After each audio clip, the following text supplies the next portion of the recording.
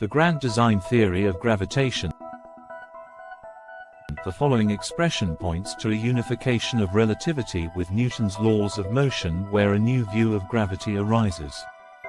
Energy divided by the speed of light squared equals force divided by acceleration equals mass, and gravity equals matter and weight. In Einstein's special theory of relativity, he showed the relationship between mass and energy, that they were just different versions of the same thing, and created an equivalence equation that reflected that relationship. Later he expanded his special theory into a broader theory called the general theory of relativity that took the relationship between mass and energy and showed another distinct relationship between these two aspects and gravity. Here Einstein asserted that the mass and energy of large objects in space bends the space around those objects, which is a purely geometric view of gravity as opposed to being a force pulling on objects. In the grand design theory of gravitation, the gravity of a large object in space is also perfectly correlated or related to the mass and energy of the object. However, in this new view, space does not bend at all. While the new view matches both Einstein's math and the trajectories of objects as they move through a gravitational field, the explanation or interpretation is slightly different and provides a cause-effect explanation for mass, energy and gravity that is purely physical and that primarily has to do with the energy of objects being a force. One irrefutable fact that points to the energy in objects being a force, as opposed to being only a static aspect of matter, relates to the idea of a perpetual motion machine. Most scientists assert that creating such a machine is impossible. However, it is, in fact, genuinely possible because non-motion in the universe is an illusion.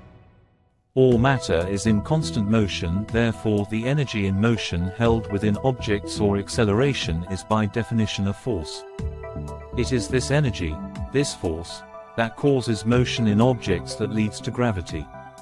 In Newton's laws of motion, when a force acts on an object that causes it to move, the resultant acceleration is a force, an energy, that persists over time in the object.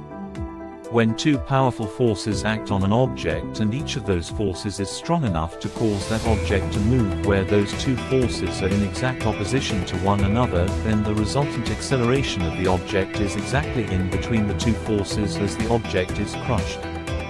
Since the object must move, the atoms in the object move where the forces are pushing them, or to the very center of the object. Since all atoms in the object are powerfully connected to every other atom, and since all atoms must move in the same direction with the same acceleration, then the object is crushed uniformly from its surface towards the center, which transforms the object into something spherical. When the two forces meet in the center, this crushing effect is much more powerful as the forces involved make it comparable to hitting an immovable wall from both sides. This is when matter and mass behave like a lens in a magnifying glass, where the force in the central focal point is amplified so much the push to the center now extends beyond the circumference of the object far into the space around it. This is gravity. Inertia has this new amplified acceleration or energy persisting continuously over time in all objects. The more mass involved, the more energy it holds, thus the greater the gravity. Matter is not only a lens, it is also a never-ending inertial battery. In Einstein's view, gravity was the result of the mass and energy of an object that bends the space around the object. Here it is not space that is bent, but the acceleration or force.